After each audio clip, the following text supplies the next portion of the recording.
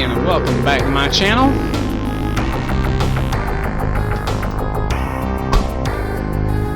Sorry about that, I forgot to put my phone on silent. There we go. So,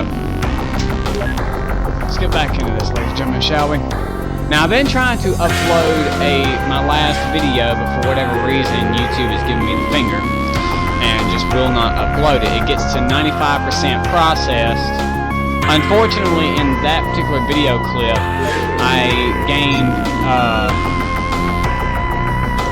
had gained this achievement to destroy Daniel Carrington's wine collection.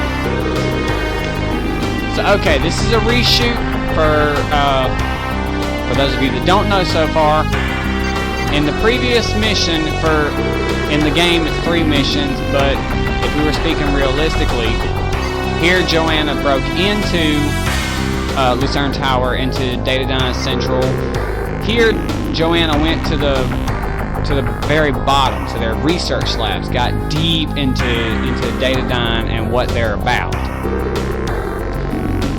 And this was the escape and extraction. So these 3 together played together in one mission. Now, for those of you that didn't get to see the first episode, or it wasn't the first episode, it was her first mission. Joanna's first mission, Joanna went into Lucerne Tower, went into dataDyne's deepest heart, into the very heart of dataDyne, and she extracted one Dr. Carroll. We were expecting a person. We were expecting an esteemed doctor. We weren't expecting this new age technology laptop looking thing. Dr. Carroll is in fact an AI sapient, or an artificial intelligence, very well educated, very intellectual. You can tell by the way he talks, very proper. So Daniel Carrington, after Dr. Carroll had been brought safely back to Carrington Institute, Carrington retreated with Dr. Carroll to his private villa to, quote-unquote, discuss matters of mutual interest. And that brings us to where we're at now. Objectives are save negotiator, activate wind generator, and rescue Carrington himself. Daniel Carrington being held hostage at his private villa. A message from Casandra de Vries. Bear in mind, ladies and gentlemen, in our previous video, Casandra de Vries is CEO of dataDyne. She is the head person in charge. She calls the shots as far as dataDyne is concerned. Casandra de Vries has laid out her terms. Daniel's life for the return of Dr. Carroll. And see, there again, it refers to Dr. Carroll as an AI. What dataDyne doesn't know is that the AI was at the villa when they struck. Our guess is Daniel concealed it safely before they found him. Carrington, of course, is not available, being as he's a hostage at the moment. Alright, save the negotiator. Member of the Institute staff has volunteered to be used as a distraction to help you get in. She will almost certainly be shot by dataDyne soldiers unless you take out the soldiers quickly. Hit the ground moving. So already we see that this is going to be a very fast-paced mission, or at least fast-paced in the opening. Objective 2, activate wind generator. The wind generator and power storage devices are not active. We suspect Daniel shut them down to deny dataDyne hit squad access to the villa systems. Once power is restored, the door to the villa's lower basement will be open. So you can already see the villa has some type of security system. Once power is shut off, all the lower levels are locked off. And Objective 3, rescue Carrington. Only Daniel knows the exact whereabouts of Dr. Carroll. Sooner or later, dataDyne will figure this out, get to work on Daniel, and make him tell what they want to know.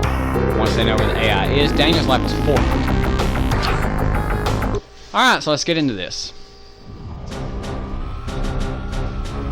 Agent Dark, mission log 1846 hours. Last night we got a call from Casandra de Vries. A dataDyne team had taken Daniel Carrington hostage at his private villa on the coast, and they say they will spare his life in exchange for the AI. Unfortunately, we don't have it. Daniel and Dr. Carroll were at the villa to discuss matters of mutual interest. It looks like Daniel found a way to hide Dr. Carroll inside the villa when the dataDyne hit squad arrived. Hopefully, our phony negotiator ploy will give me a chance to surprise the dataDyne squad. This time, it's not just my life on the line.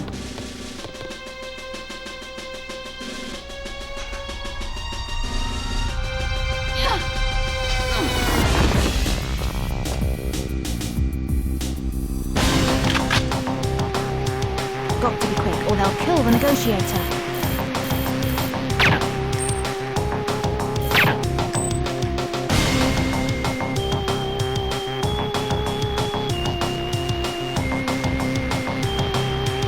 Alright, looks like the negotiator got away safely.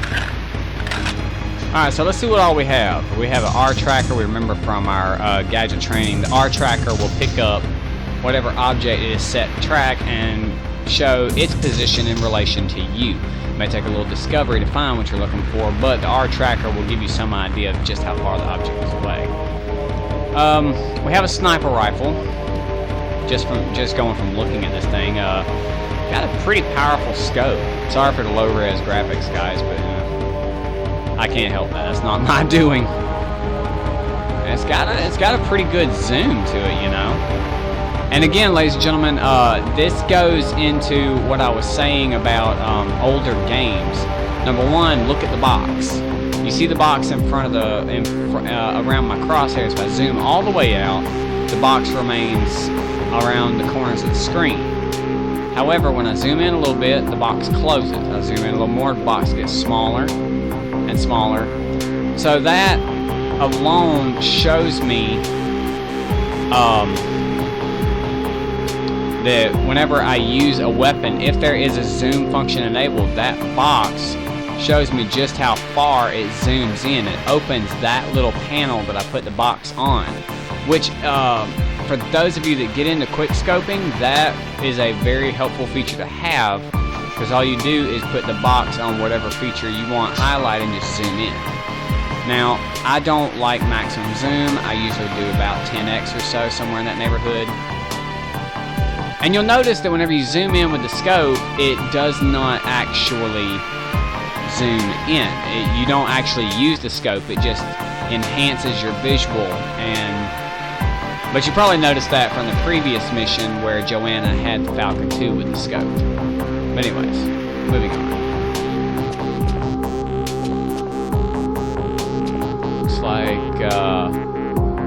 Looks like an observatory. Can I use it? Can I do anything with it? Guess not. Interesting little factoid though.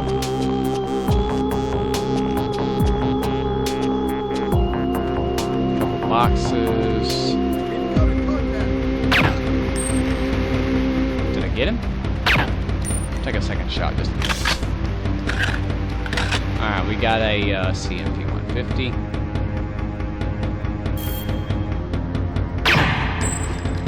That way I don't have to worry about him.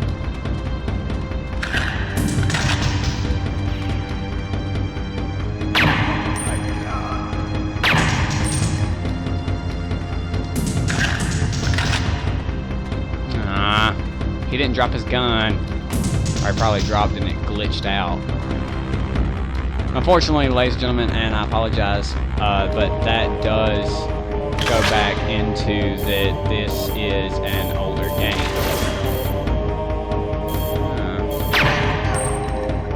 I don't have to worry about him anymore.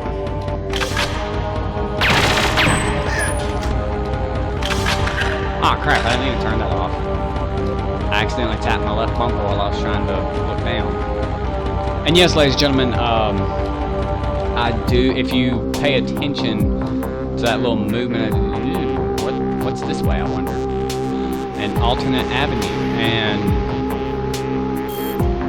someone on a rooftop. My crosshair is highlighting red, and he is holding a rifle nearly identical to mine.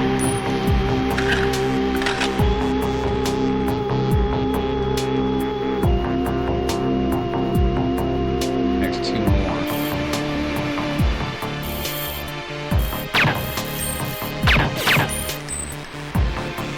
Whoa, there's another one.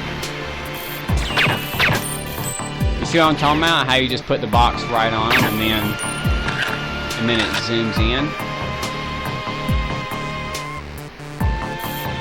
Although sometimes with whoa, I'm being shot at. I heard the bullets hit and I just couldn't hear the gunshot. No, I heard gunshots that time. I see.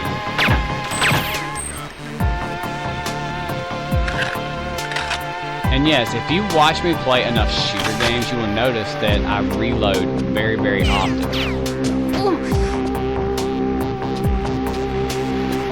I'm being shot at from?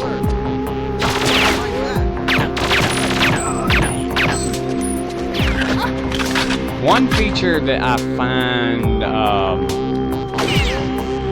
wouldn't necessarily say it's a bad thing about the sniper rifle, but one feature that I find when being shot at... I see you now.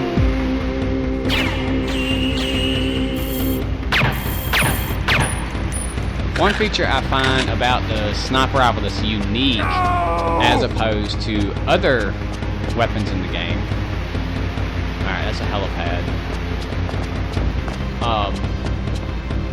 Is the sniper rifle does not have kind of a, I guess you would say, an auto aim feature. Alright, that's not a sniper, I thought it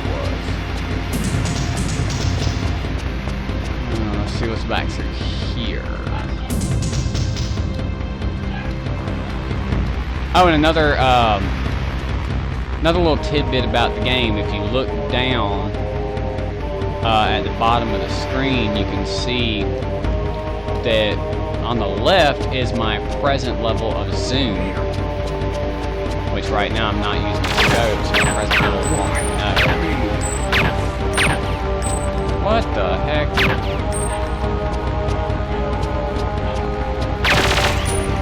Crap. And that, ladies and gentlemen, is exactly why I reload every chance that I get. Make sure there aren't any snipers around me. Let's see what's in here. Woo! Hold up. Close quarters. Even though sometimes, ooh, headshot. Even though sometimes I don't reload at the best of times, like you just saw. It's not a good idea to reload while you're being shot at.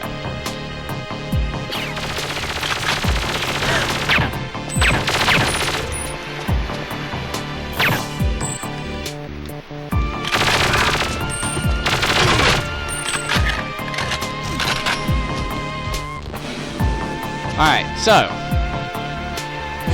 checking our objectives right quick. Save negotiator done. We still gotta activate the wind generator. Now I'm assuming that right there is the wind generator. But as high up as I am, I probably need to go down a level. Maybe two. Hello. Got us a shield. Ooh, any hidden compartments? Hidden compartments, hidden guns maybe? Nah, probably not. Daniel probably has bodyguards for that. But this is a nice little setup. Got you a couple little, it's rustic yet futuristic at the same time. I like it.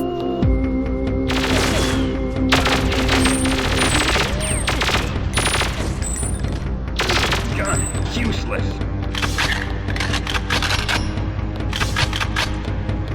Got us a couple of computers here. They do anything? No, guess not. Alright, moving on. That heads back upstairs.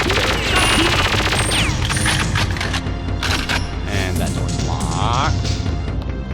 Got a nice little kitchen setup. So the villa here is set up to be self-sufficient, whatever the... Self-sufficient, that's the term I would.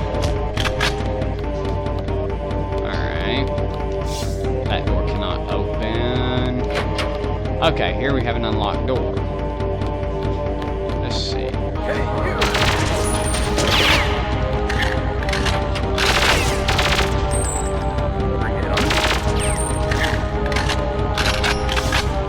If I get the wind generator back online, I'll get power to the lower basement.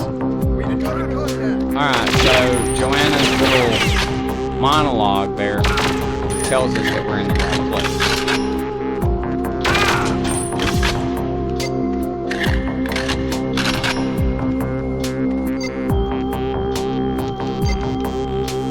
Alright, so I'm guessing that I have to... I'm gonna follow these wires because I'm guessing these wires will lead me where I need to go.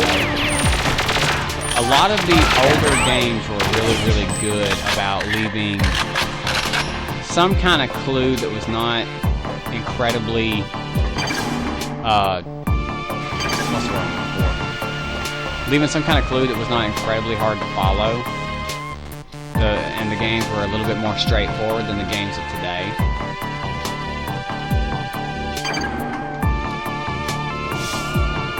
There we go.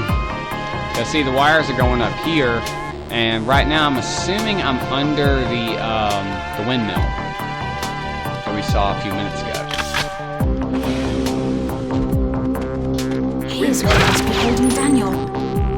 And once again, with Joanna's little monologue telling us we're on the right track.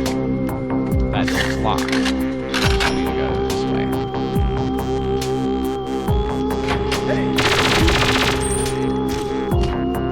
Now, quick little disclaimer, and once again, ladies and gentlemen, I apologize for this, but it really is not my fault. Now, going under the achievements, here for 5G, you get to act your age Joanna and destroy Carrington's wine collection. Ladies and gentlemen, this is the place that you do it. You see all the bottles? Pretty self-explanatory. You just pop the bottles.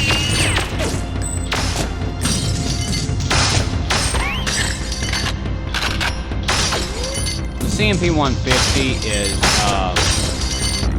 it's reasonably accurate, and it packs an abundance of ammo if you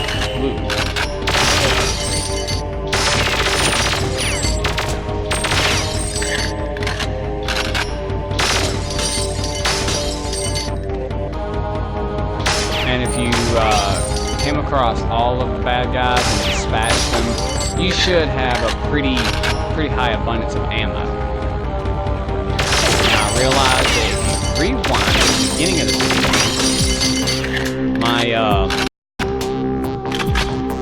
my time in the video, my time on the mission previously,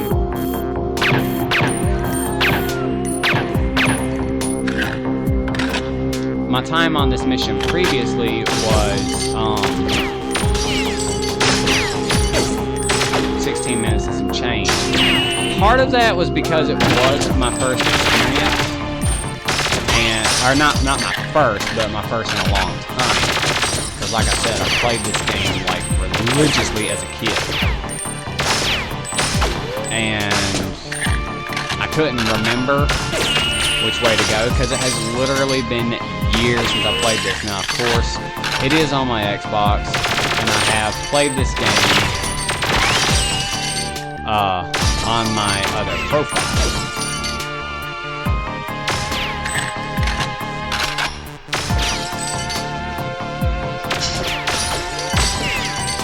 Ladies and gentlemen, I've already gotten the achievement, so at this point in time, all that I'm doing is simply showing you how to get the achievement for yourself.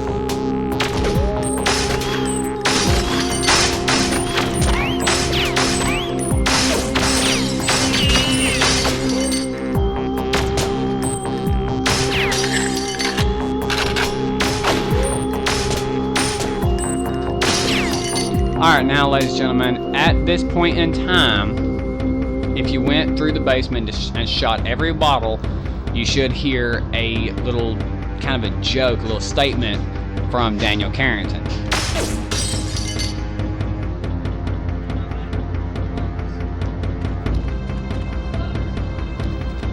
Either that's a one-time thing, or I'm missing one. I am missing one. Act your age, Joanna. There you have it. Now, unfortunately, the last video I shot, I've already gotten the achievement, so it's not going to pop up twice. But there you have it, ladies and gentlemen. That is how you get the achievement. Sir, are you injured? No, Joanna, I'm okay. But those dataDyne thugs made me tell them where I'd hidden Dr. Carroll. Only I'd held out for a few minutes more. It's not your fault, sir. I should have been quicker. Don't blame yourself, Joanna. Dr. Carroll told me that he expected this to happen. Actually, when they recaptured him, the dataDyne team got overconfident and let slip a few facts when they thought I was unconscious. They mentioned a meeting in the G5 building in Chicago, Illinois tonight. I want you to be there. That doesn't leave you a lot of time to get ready. That won't be a problem, sir. So, did Dr. Carroll have any useful information for you? Oh, yes, indeed. He certainly did. And I'll brief you when you're on your route to Chicago. We might still be able to help him, even after those butchers remove his personality. He thinks they'll keep a copy of it in a safe place. About time I called in some friends to deal with dataDyne. Alright, so Daniel's still in one piece, and unfortunately, ladies and gentlemen, the 1405, I didn't do too much better than the previous time I played this. Anyways, yeah, my accuracy did pretty horrible because I was shooting at the wine glasses. You know, you gotta think, 498 shots, and out of those 498, I probably dropped 200 shots at the wine bottles. Anyways, so let's take into account what Daniel said. So they found Dr. Carroll, unfortunately. Dr. Carroll's back in dataDyne's hands. But we know where they're taking him. They're taking him to Chicago, Illinois. Now, we're not 100% sure where Daniel Carrington's private villa is. But one can only assume that with him talking about Chicago, Illinois like that and telling Joanna she didn't have a lot of time to get ready, because Joanna did say earlier in the mission, at the very beginning of the mission log 1846 hours, that is 6:46 p.m. So considering that she is an A++ agent, considering everything that she is the star agent, she's the best, considering what these people do, and I'm talking in-game as well as real world, that they can be ready at the drop of a hat, you know, saying that doesn't leave you a lot of time to get ready. He's talking about, hey!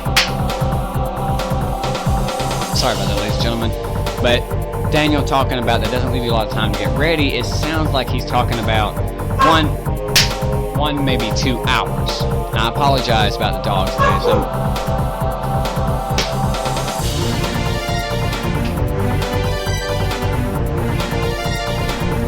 sorry about that, ladies and gentlemen. I apologize about the dogs. I honestly don't know what's going on. Anyways, so if you like what I do, hit that thumbs up. Let me know I'm doing what I'm supposed to. If you see something in the video that I missed, leave it in the comment section below, and I'll go back and check it out. If you have a game in mind that you would like me to check out, and it's not on my roster as of right now, I know that I have not listed all of the games I have available for all my consoles, simply because last time I counted, I have close to 150 games total between 4 consoles. That's a lot of games to go through, ladies and gentlemen. Some games longer than others. I think the longest game that I have, as far as different things to do, storyline, and amount of time consumed, would be either my Fallout games or my Elder Scrolls games. Anyways, we'll get on that subject at a later date. Right now, ladies and gentlemen, I hope you enjoyed this video. I hope you enjoyed seeing what I had to offer in this video, and what I had to offer in this game. Like I said, as I go through the game, I will be pointing things out as they come to mind of the difference between games then and games now, like the little scope thing I told you about with the rifle earlier in this video. So I hope you enjoyed this. I hope to see you next time. If you would like to see my next episode, hit that subscribe button, turn your notification bell on, and the next time I upload a video, you'll get a notification. Until next time, ladies and gentlemen, have yourselves a good day.